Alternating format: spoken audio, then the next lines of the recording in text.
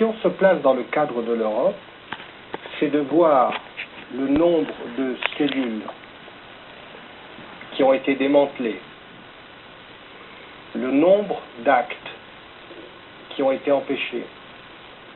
Je crois qu'il suffit de se rappeler ce qui s'est passé cet été dans le métro londonien.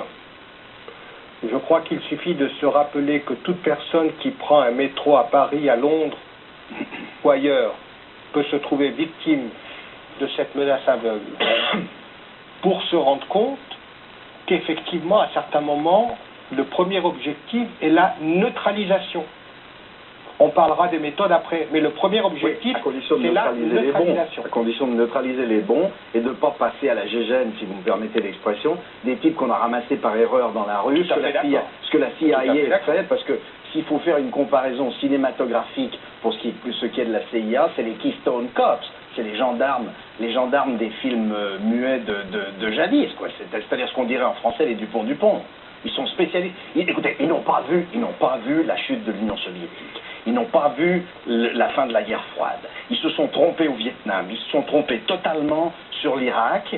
Pourquoi voulez-vous que quand ils enlèvent des gens dans les rues de Milan ou à Dion Place, il y a un bilan positif, il y a un bilan relativement positif. En tout cas, on peut juger qu'il est positif. Il y a des attentats depuis le. Mais qui vous dit que ces attentats ont été déjoués par les méthodes sur lesquelles Claude et moi sommes à peu près d'accord de dire qu'elles sont tout à fait inadmissibles? Moi, je vous dis au contraire que ces attentats qui ont été déjoués, très probablement, ils ont été déjoués par des méthodes de police traditionnelles classiques. Ce que disait M. Botbol tout à l'heure, l'infiltration, le renseignement, les écoutes, ces choses-là. On n'a pas besoin de mettre du courant électrique sur les parties génitales des gens, vous savez, pour avoir des informations. James Way, bonsoir. Vous êtes un militant républicain, Republicans Abroad. Vous m'avez dit, on sent derrière ce débat autour de cette affaire remonter à la surface un vieux sentiment qui est très européen, c'est l'anti-américanisme. Oui, il y a ce côté-là, mais en fait la discussion est très intéressante et on a des gros problèmes avec cette guerre dans laquelle nous sommes. C'est un contexte tout à fait nouveau. Nous ne sommes pas dans une guerre officielle aux États-Unis, il n'y a pas une déclaration de guerre. Nous avons un système démocratique extrêmement restrictif et la CIA doit fonctionner dans une zone floue, très difficile. Nous avons un adversaire qui est décidé à nous détruire, qui fonctionne dans le monde entier.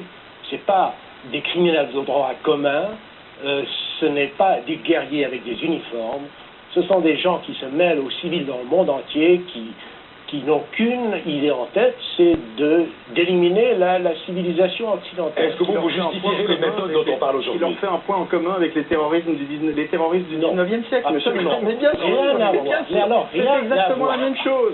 Luigi Lucchini, avant d'aller tuer Elisabeth d'Autriche, il s'est glissé parmi les travailleurs italiens. Vous parlez d'un individu, un fanatique, mais non, isolé. Il y en a eu, mais reprenez vos livres d'histoire. Il y en a eu. Alors je vous concède volontiers qu'il n'y en a pas eu aux États-Unis.